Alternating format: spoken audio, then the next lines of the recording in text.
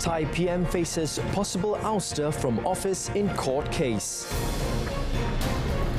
Donald Trump files $100 million claim against US Justice Department and FBI.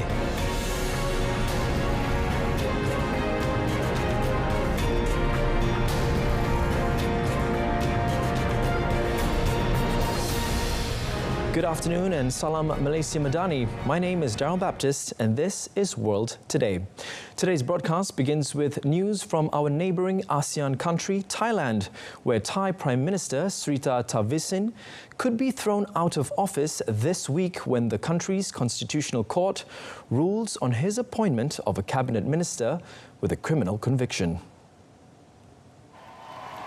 The case comes a week after the same court disbanded the kingdom's main opposition political party and banned its former leader, Pita Limjaroenrat, from politics for a decade. Srettha is accused of violating ethics rules by appointing Pichit Chuenban, a lawyer closely associated with the family of billionaire former Prime Minister Thaksin Shinawatra, as a minister. Pichit was sentenced to 6 months in prison in 2008 for a corruption-related offence. Pichit resigned from his role in a bid to protect Srettha. But the Constitutional Court still agreed to hear the case initiated by a complaint from army-appointed senators. According to local media, the Prime Minister has suggested the possibility of a cabinet reshuffle if he remains in office. However, if he is removed from office, the ruling Pheu Thai party would have to nominate a new candidate for Prime Minister. The Constitutional Court has dismissed Prime Ministers in the past, but analyst Titinan Pongsudirak said he does not expect the Prime Minister to be kicked out.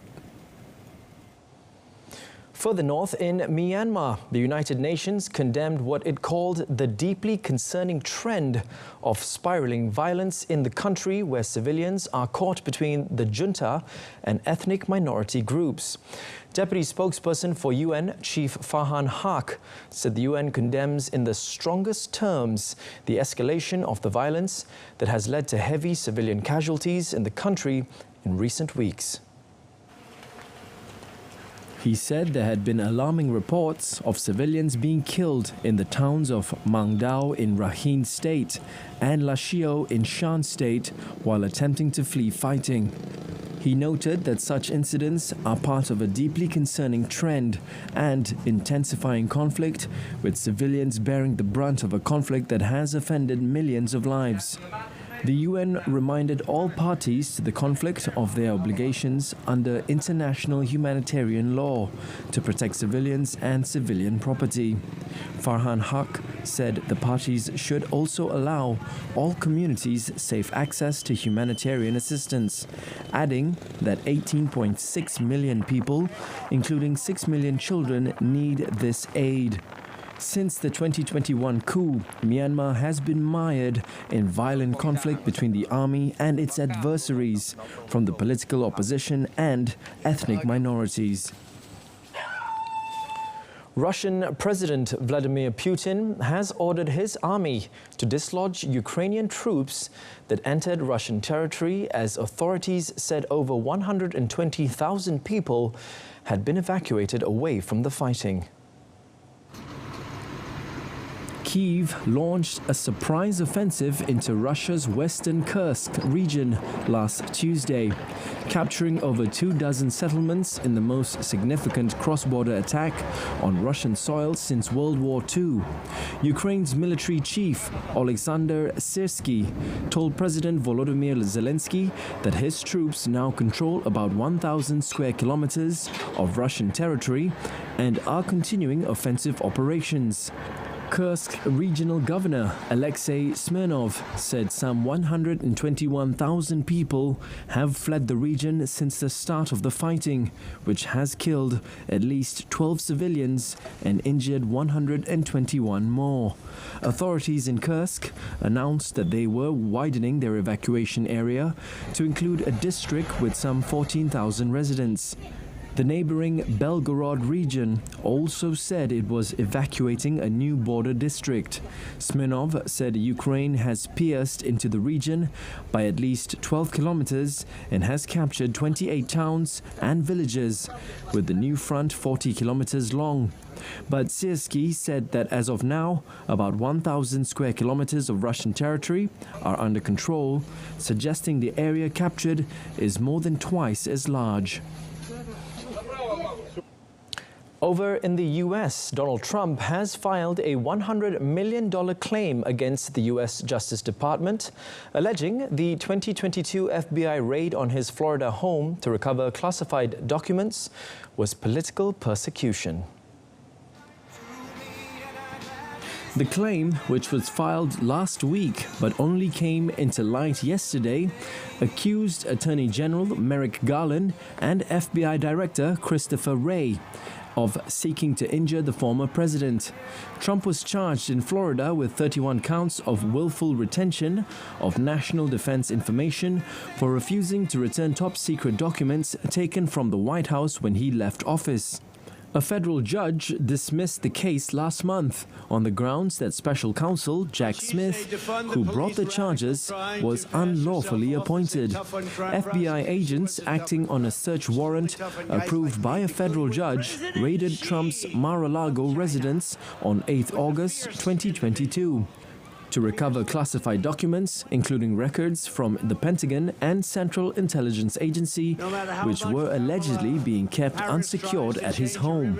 According to his claim, Trump, the Republican Party's nominee in the 2024 presidential race, is seeking punitive damages of $100 million and to recover at least $15 million in legal costs.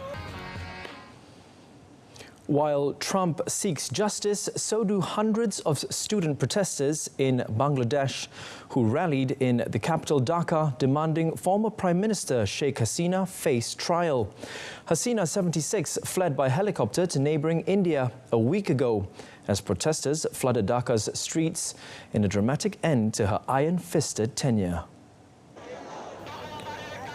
Several top allies of Hasina subsequently stepped down following her departure. Among them were the former Chief Justice of the Supreme Court and the central bank governor. They had been issued ultimatums to quit their posts by students, but interim Prime Minister Muhammad Yunus said their resignations had been conducted legally. Bangladeshi police resumed patrols of the capital Dhaka on Monday, ending a week-long strike. Officers vanished from the streets of the sprawling megacity of 20 million people last week after Hasina's resignation. Police were loath for spearheading a lethal crackdown on the weeks of protests that forced her departure, with 42 officers among more than 450 people killed. They had vowed not to resume work until their safety on duty was guaranteed, but agreed to return after late-night talks with the new interim government. We move now to Africa, where Sudan is at a catastrophic breaking point, with tens of thousands of preventable deaths looming due to multiple crises.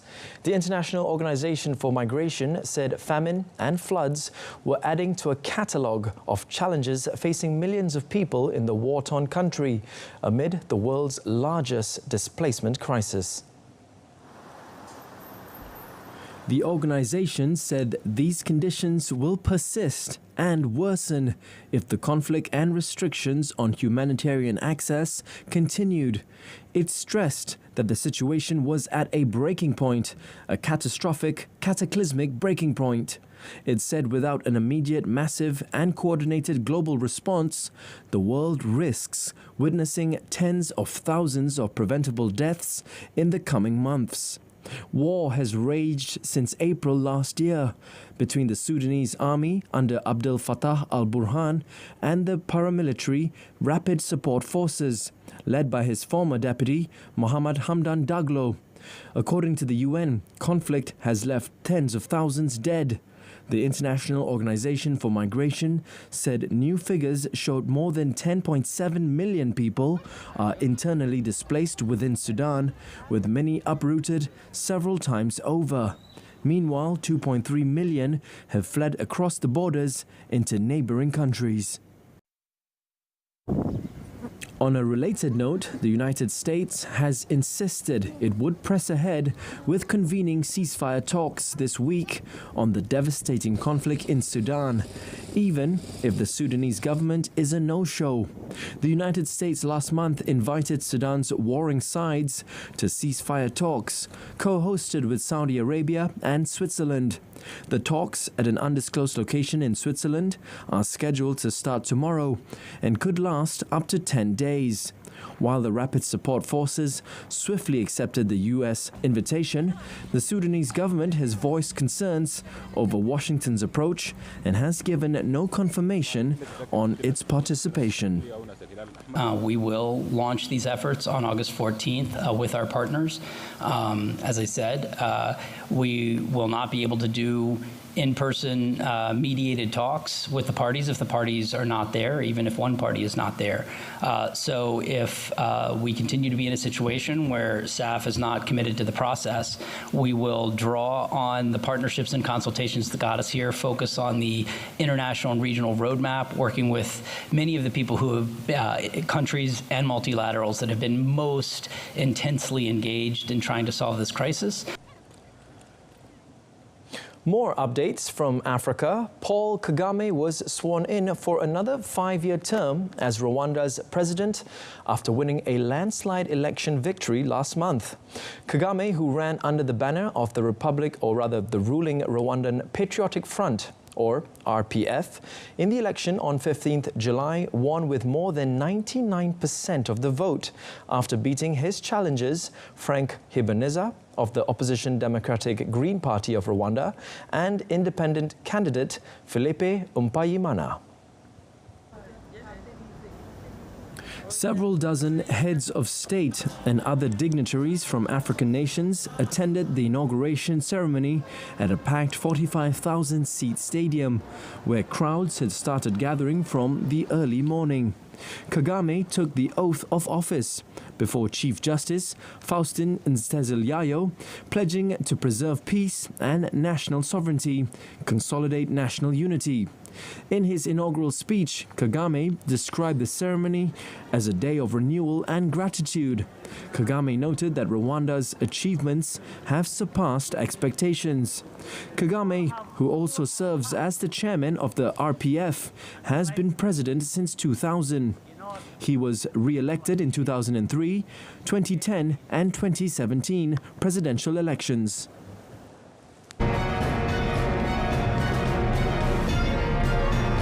Coming up, Typhoon Maria makes landfall, prompting highest emergency warning in Japan. Stay tuned.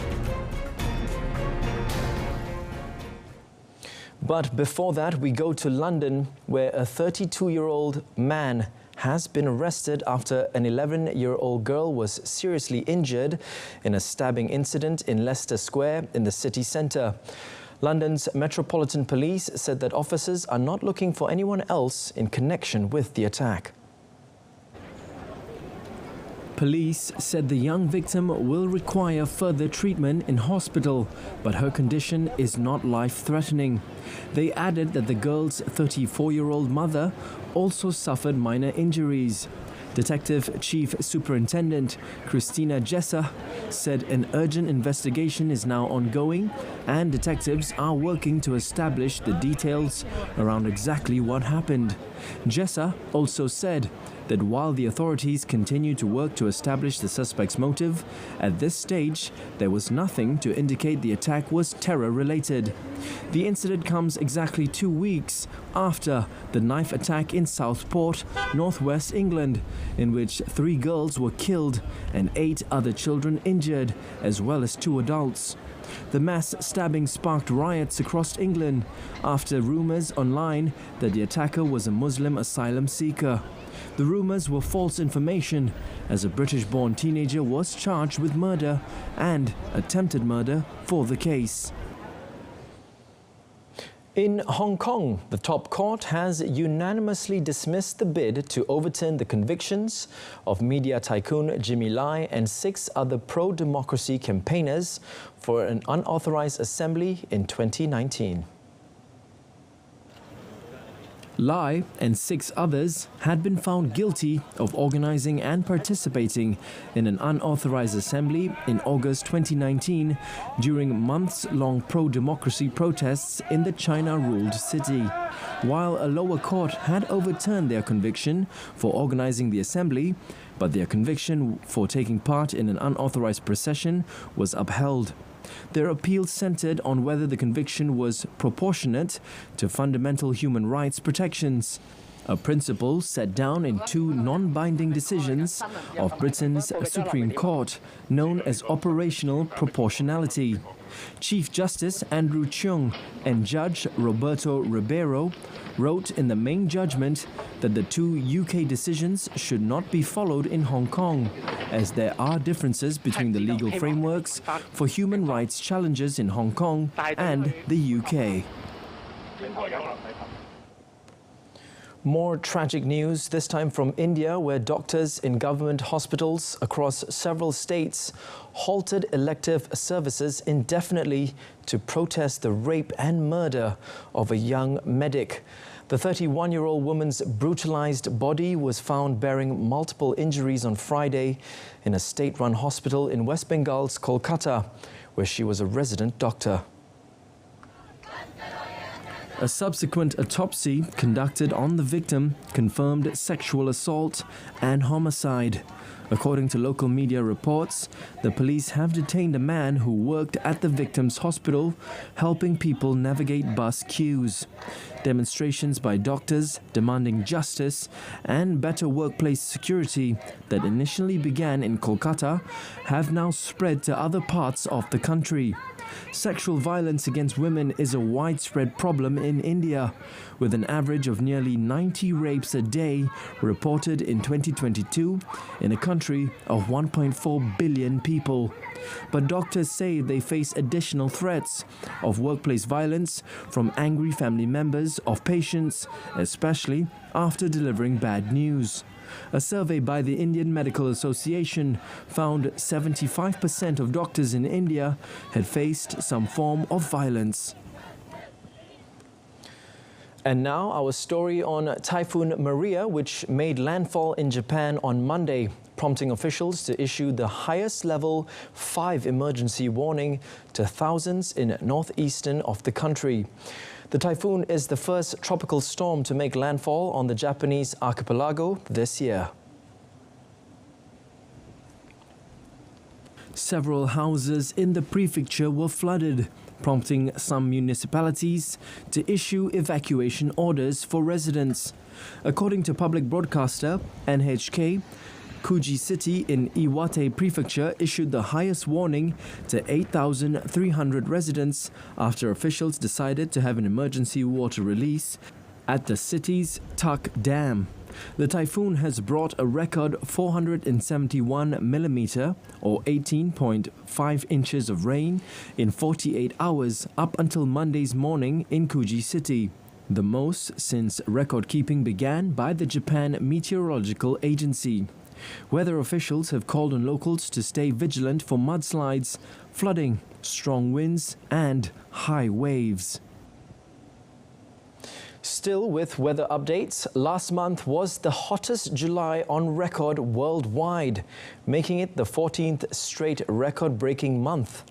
The monthly report from the National Oceanic and Atmospheric Administration also said that 2024 now has a 77% chance of being the warmest year on record. The July calculation by the administration contradicted the EU's Copernicus Climate Monitor, which, using a different dataset, calculated last month's average temperature as being slightly lower than July 2023. However, both agencies agreed on the alarming trend of record-breaking heat, with the past year seeing month after month of new highs. According to the National Oceanic and Atmospheric Administration, whose historical data goes goes back 175 years, 2024 will definitely be one of the 5 hottest years on record. In July, the global temperature was 1.21 degrees Celsius above the 20th century average of 15.8 degrees Celsius. The month saw a series of heat waves across Mediterranean and Gulf countries. Africa, Europe and Asia recorded their hottest July on record, while North America was the second hottest. According to the administration, ocean temperatures were their second warmest ever in July, the same reading as Copernicus. Spanish NGO Open Arms and the Italian Coast Guard on Monday rescued more than 100 migrants at sea off the southern coast of the Italian island of Lampedusa, while also recovering one dead body off the boat. The NGO said in a statement that the migrants included 6 women, 4 children, and 2 elderly men, including Palestinians, Syrians, and Egyptians. The skipper of the Open Arms rescue boat, Astral, gave life jackets and assisted the migrants on board off the drifting wooden boat before vessels from Italian Coast Guard reached the rescue place and helped on the operation. The controversial plan in Italy to set up detention camps in Albania for migrants picked up at sea was delayed on 1st August. Earlier, its Prime Minister, Giorgia Meloni's government, had expressed hope of making them operational by spring. However, opposition parties and human rights groups denounced the plan, which resembles a now abandoned similar migrant deportation deal between Britain and Rwanda.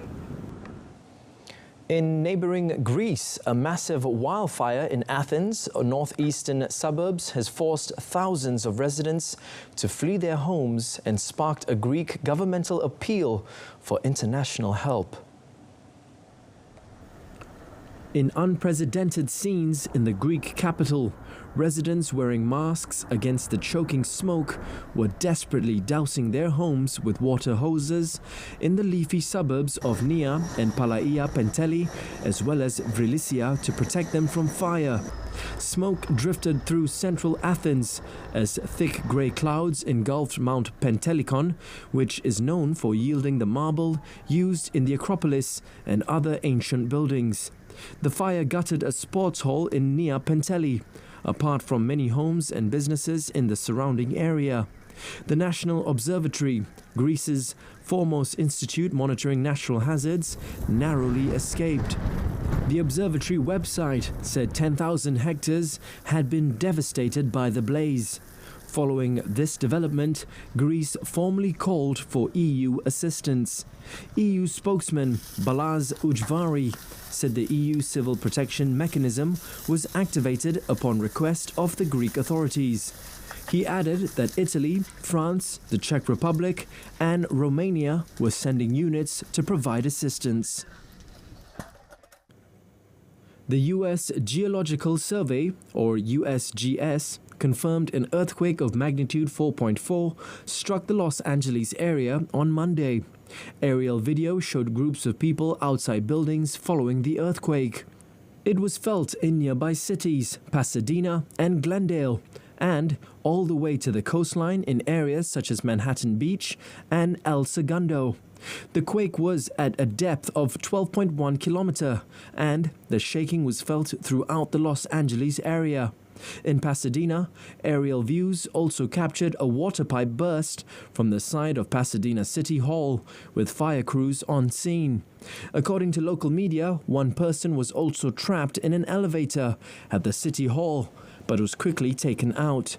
Officials across the state are monitoring for damage or injuries, but so far none have been reported. The USGS stated there was no tsunami warning from the earthquake.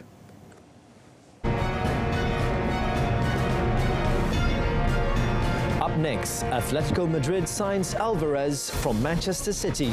More about that in our sports segment.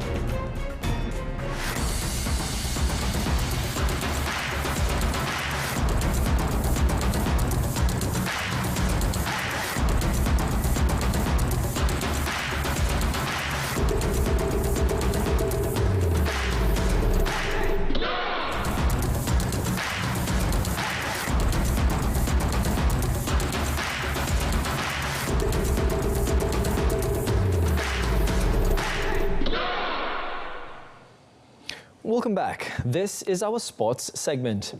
Atletico Madrid have signed Argentine forward Julian Alvarez from Premier League side Manchester City on a 6-year contract.